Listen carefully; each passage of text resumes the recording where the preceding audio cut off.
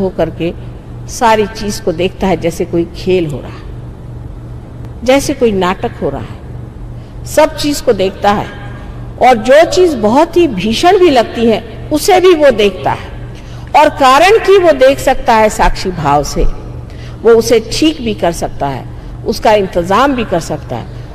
और कारण की वो एक महान आत्मा है, परमात्मा के सारे गण देवदूत आकर के उस चीज को इस तरह से समेट लेते हैं कि लोग पूछते हैं, अरे बाबा ये कौन था हमारे बीच में जिसने हमें बचाया।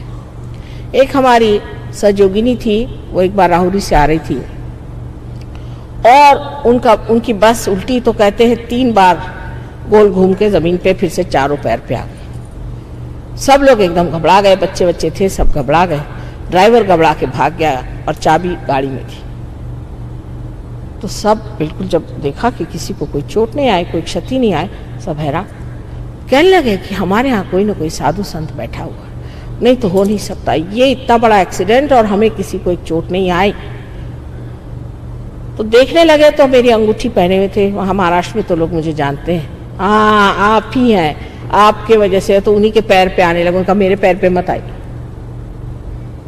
फिर एक साहब को ड्राइविंग आती थी, वो गए, उन्होंने ले जा करके और गाड़ी ऊपर लाई और वो सीधे सीधे फिर बम्बई पहुंच गए। ऐसे अनेक चमत्कार आपको लोग बताएंगे जिसकी कोई व्याख्या ही नहीं करी जाती। लेकिन ये चमत्कार ऐसे नहीं कि हाथ से अंगूठी निकाल के आपको दे दी या ऊपर से आपको बबूथी निकाल दी, ये तो सब स्मशान से चली आ रही थी बबूत, और कहाँ मिलेगी।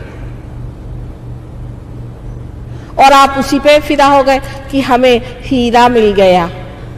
एक साहब हमारे पहचान के थे, वो लेके आए, मुझे हीरा दिया। मैंने कहा क्यों, आपके पास कोई हीरे की कमी? ना वैसे तो बहुत है, पर आशीर्वाद स्वरूप मुझे मिला। मैंने कहा फिर आप मेरे पास किस लिए आए? मेरे पास तो ऐसा हीरा उरा नहीं है।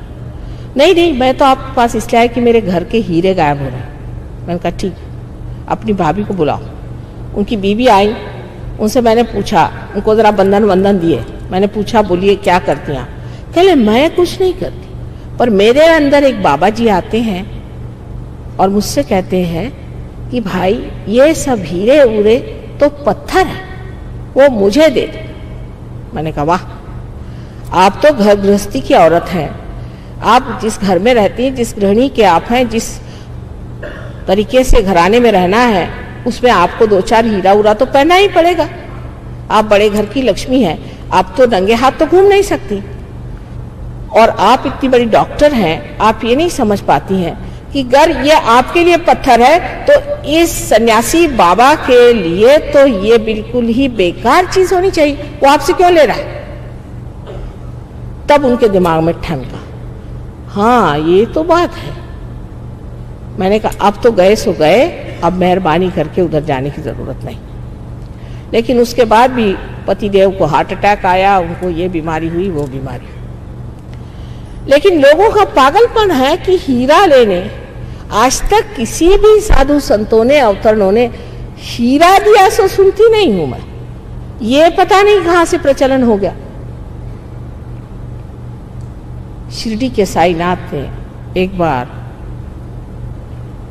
पानी से दीप जलाए थे, ये बात सही है, ये हो सकता है। अभी मैं इटली गई थी, वहाँ पर वहाँ के जो मुख्य थे संचालक वहाँ के टेलीविज़न के, उन्होंने मुझसे कहा कि माँ आप पहले मुझे पार कराइए, फिर मैं आपका प्रोग्राम कराऊंगा। मैंने कहा अच्छा, एक क्षण में पार हो। मैंने उनसे कहा कि देखिए मैं चाहती हूँ कि आप पार होने से पहले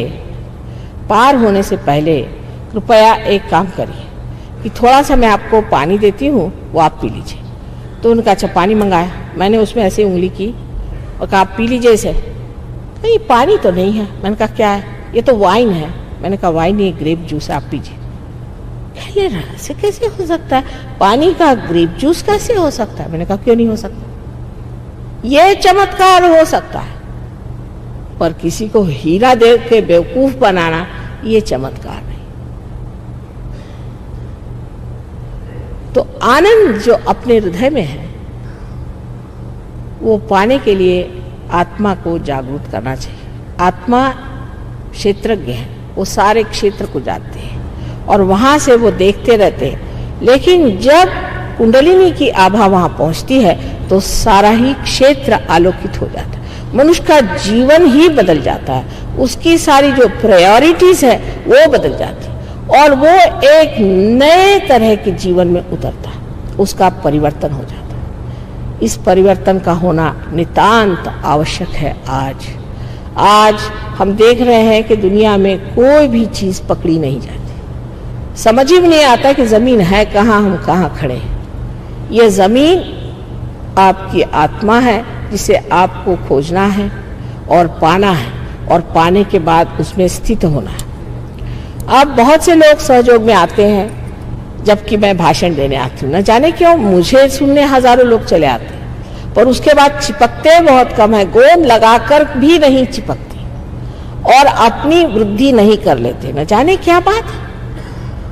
तो किसी से पूछा भाई क्या बात है, मैं तो गया था आपके प्रोग्राम में, मेरी जागृति हो गई, पर अब तो मुझे कैंसर हो गया। तो मैंने कहा अब क्या फायदा, तुम चिपके क्यों नहीं, तुम रहे क्यों नहीं? नहीं, उसमें के एक जो सहयोगी साहब थे वो जरा से बहुत हमसे अकड़ के बात की, तुमसे उससे क्या मतलब है भाई, तुम बैठो ध्यान करो। अगर कोई बात हो किसी ने आकर के, वहां कोई तुमसे इलेक्शन तो लड़ नहीं रहा कि भैया आइए बैठिए आपके गले में मैं हार पहनाता हूं। आप अपनी गरज से वहां गए हैं, उनकी गरज से तो गए नहीं।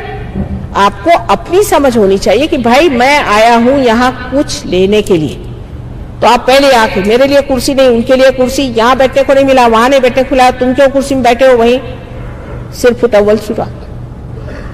ये कोई परमात्मा के दरबार में आने की बात नहीं।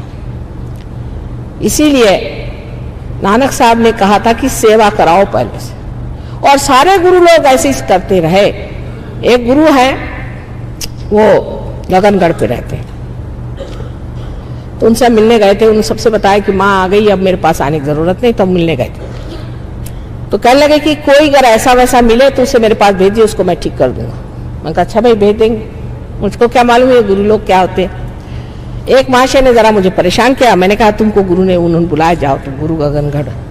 हा गुरु महाराज ने बुलाया तो भागे गए वहां पर। 1 महीने बाद देखती हूँ कि बैठी हुई हूं मैं ऐसे, और सामने से 2 आदमी उनको उठा के ला रहे हैं और ये जो तंगड़ियां हैं ये गले में फंसी, ऐसे लटकाते लटकाते मेरे आंख में आंसू आ गए। मैंने कहा हुआ क्या बेचारे को, ये क्या कर दिया?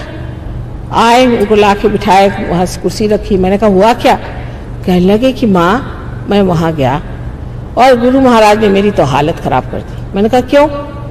मैंने एक ही बात कही, मैंने इतना ही गुरुजी से कहा आपके खिलाफ में कि माँ जिसको देखो उसको ही रियलाइजेशन देती है, ये गलत काम है, बस इतना ही कहा। मैंने कोई आपकी ज्यादा बुराई नहीं करी, बस इतना ही कहा कि माँ सोचती नहीं है, सबको रियलाइजेशन देती।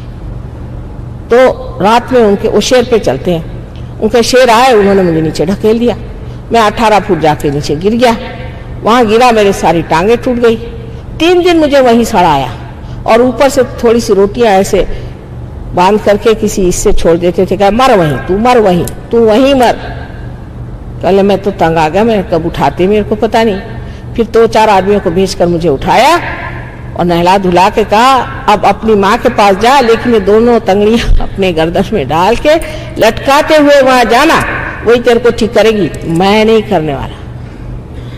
दूसरे एक महाशय जी को भेजा तो वो आए 15 दिन में एकदम से लकड़ी होकर। मैंने कहा हुआ क्या भाई? कहले माँ मेरे बस के गुरु नहीं। मैंने कहा क्या हुआ? कहले उन्होंने मुझे बताया कि यहाँ पर एक मंदिर है शिव जी का, उसको जाकर के रोज 2 बाल्टियां ले जाओ धो, और वो 3 मील ऊपर चढ़ के जाना पड़ता है, तब वो मंदिर में धोता था। धोते धोते 15 दिन में मेरा ये हाल होगा, मेरे बस का नहीं, मेरे हाथ थर थर थर कांप रहे। और डॉक्टर साहब थे, अपने बड़ा बघारते थे, डॉक्टर साहब की हालत खराब गई। तो मैंने गुरुजी से कहा कि ये क्या करते हैं आप, ऐसा क्यों करते? कहले गधे को गधे का काम। मैंने कहा है ये क्या मतलब? ये सब गधे हैं, इनको आपको रियलाइजेशन देना है तो दीजिए, ये टिकने वाले नहीं, महागधे हैं, इनको आप क्यों चिपकाए हुए? इनको भगाइए, और अगर कोई नहीं भागता तो